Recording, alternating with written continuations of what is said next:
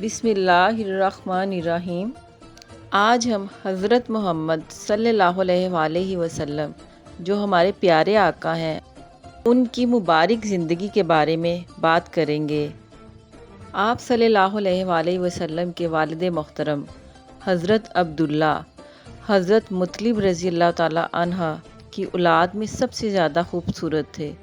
ان کا چہرہ ایک روشن ستارے کی مانند تھا۔ قریش کی بہت سی لڑکیاں آپ رضی اللہ تعالیٰ عنہ سے شادی کرنے کی خواہش مند تھیں، لیکن حضرت عبداللہ رضی اللہ تعالیٰ عنہ کی شادی حضرت بی بی آمنہ رضی اللہ تعالیٰ عنہ سے ہوئی۔ شادی کے وقت حضرت عبداللہ رضی اللہ تعالیٰ عنہ کی عمر 18 سال تھی۔ آپ رضی اللہ تعالیٰ عنہ اپنے والد کے ساتھ شادی کے لیے جا رہے تھے۔ راستے میں ایک عورت کعبے کے پاس بیٹھی نظر آئی۔ یہ عورت ورقہ ابن نوفل کی بہن تھی۔ ورقہ ابن نوفل قریش کے بہت بڑے عالم تھے۔ ورقہ ابن نوفل سے ان کی بہن نے سن رکھا تھا کہ وقت کے آخری نبی کا ظہور ہونے والا ہے، اور ان کی بڑی نشانیوں میں سے ایک نشانی یہ ہوگی کہ ان کے والد محترم کے چہرے پر نبوت کا نور چمک رہا ہوگا۔ اس نے جیسے ہی حضرت عبداللہ رضی اللہ تعالیٰ عنہ کی طرف دیکھا، اس کے ذہن میں فوراً یہ بات آئی کہ ہو نہ ہو یہ وہی شخص ہیں جو پیدا ہونے والے آخری نبی کے والد ہوں گے۔ اس نے حضرت عبداللہ رضی اللہ تعالیٰ عنہ سے کہا کہ اگر تم مجھ سے شادی کر لو تو میں تمہیں بدلے میں اتنے ہی اونٹ دوں گی جتنی تمہاری جان کے بدلے تمہارے باپ نے فدیے میں دیے ہیں، یعنی 100 اونٹ۔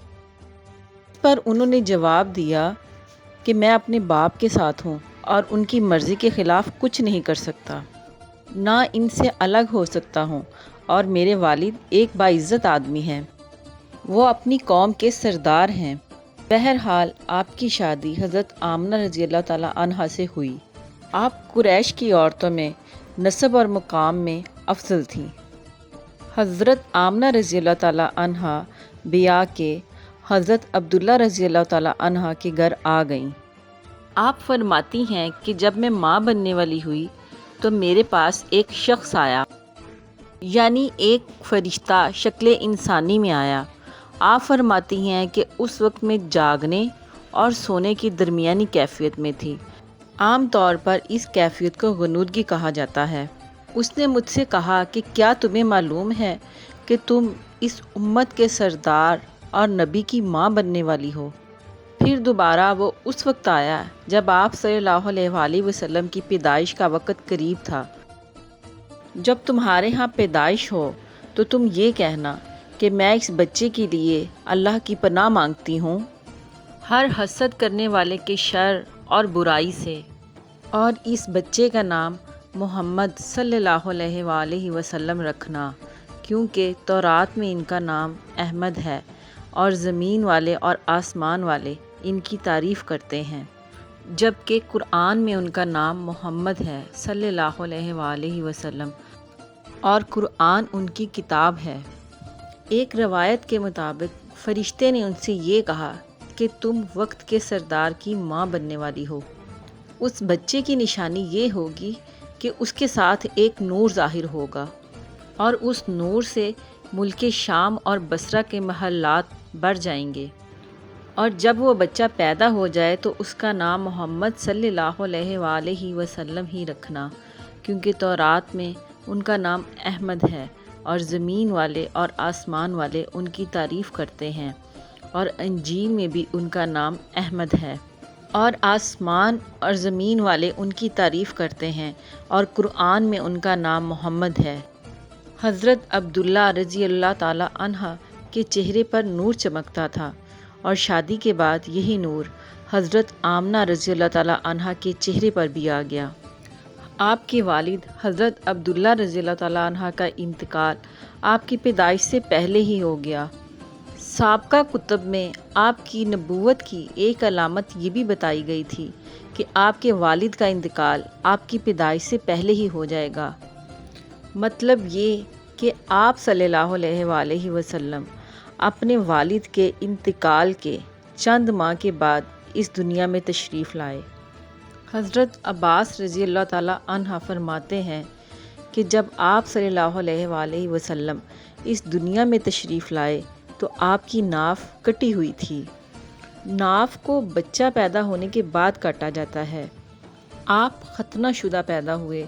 یہ دیکھ کر حضرت عبد المطلب رضی اللہ تعالیٰ عنہ بہت حیران بھی ہوئے اور خوش بھی ہوئے، اور کہا کرتے تھے کہ میرا بیٹا نرالی شان کا ہوگا۔ آپ صلی اللہ علیہ وسلم کی پیدائش سے پہلے مکہ کے لوگ خشک سالی اور قحط کا شکار تھے۔ جو ہی آپ صلی اللہ علیہ وسلم اس دنیا میں تشریف لائے، مکہ میں بارشیں شروع ہو گئیں، خشک سالی ختم ہو گئی، درخت ہرے بھرے ہو گئے اور میووں سے لد گئے، زمین پر سبزہ ہی سبزہ نظر آنے لگا۔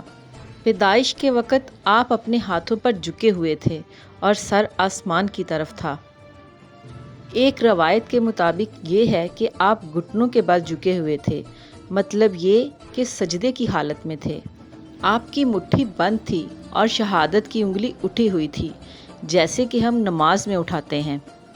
آپ صلی اللہ علیہ وآلہ وسلم فرماتے ہیں کہ جب میری والدہ نے مجھے جنم دیا تو ان میں سے ایک نور نکلا اور اس نور سے شام کے محلات جگمگا اٹھے۔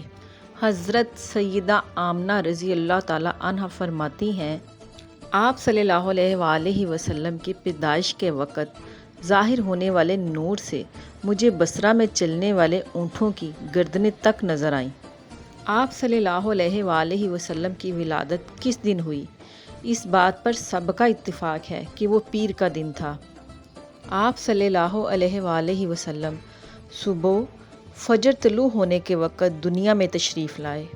تاریخ پیدائش کے سلسلے میں بہت سے اقوال ہیں۔ ایک روایت کے مطابق 12 ربیع الاول کو پیدا ہوئے، ایک روایت 8 ربیع الاول کی ہے اور ایک روایت 2 ربیع الاول کی ہے۔